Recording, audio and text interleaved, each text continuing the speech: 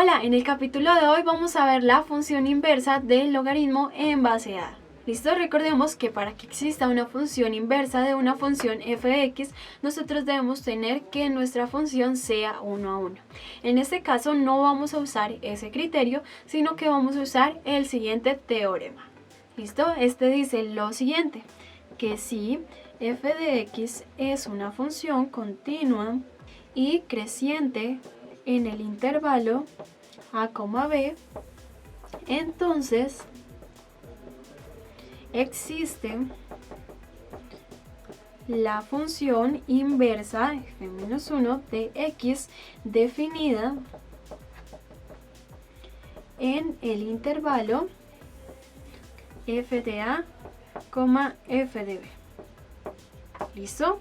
Entonces nosotros tenemos que el logaritmo en base a de x es una función la cual es creciente a partir de x mayor a 0, teniendo en cuenta que x es mayor que 0. Vamos a tener una función que es creciente y además que es continua.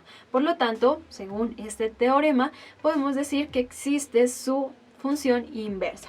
Esta se define como a la y igual a x si y solamente si tenemos que y es igual al logaritmo en base a de x. Entonces, si nosotros tenemos la función f de x igual al logaritmo en base a de x, pues vamos a tener que su función inversa va a ser igual a la y.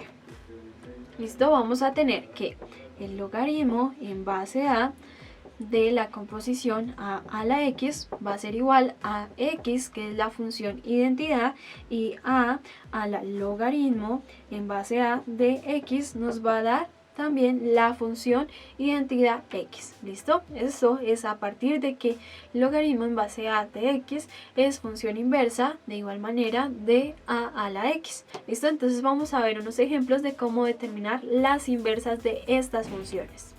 ¿Listo? Si tenemos la función f de x igual al logaritmo en base 2 de x y queremos determinar su función inversa.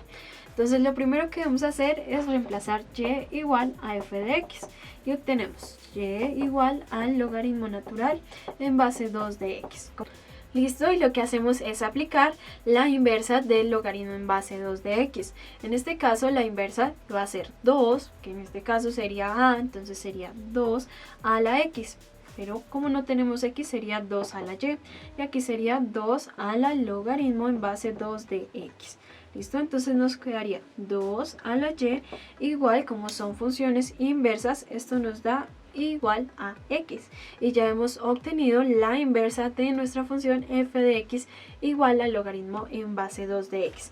Esta la podemos escribir como está en términos de y, como f inverso de y igual a 2 a la y, o si hacemos el cambio de variable sería f inverso de x igual a 2 a la x. ¿Listo? Veamos otro ejemplo. La función f de x igual a 5 a la 12x. Queremos determinar su función inversa. Entonces lo que hacemos, de nuevo reemplazamos y igual a f de x y nos queda y igual a 5 a la 12x. ¿Listo? Necesitamos despejar x. Por lo tanto, aplicamos la inversa. En este caso sería logaritmo en base. Aquí la base es 5.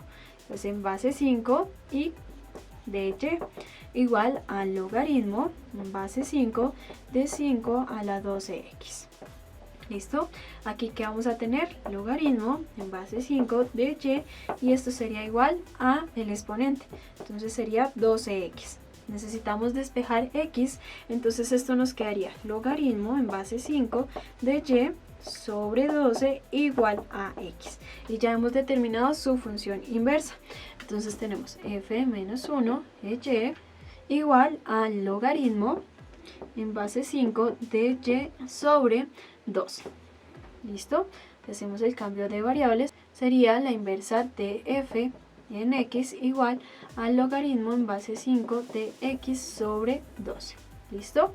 Y ya hemos determinado la inversa de nuestra función f de x igual a 5 a la 12x.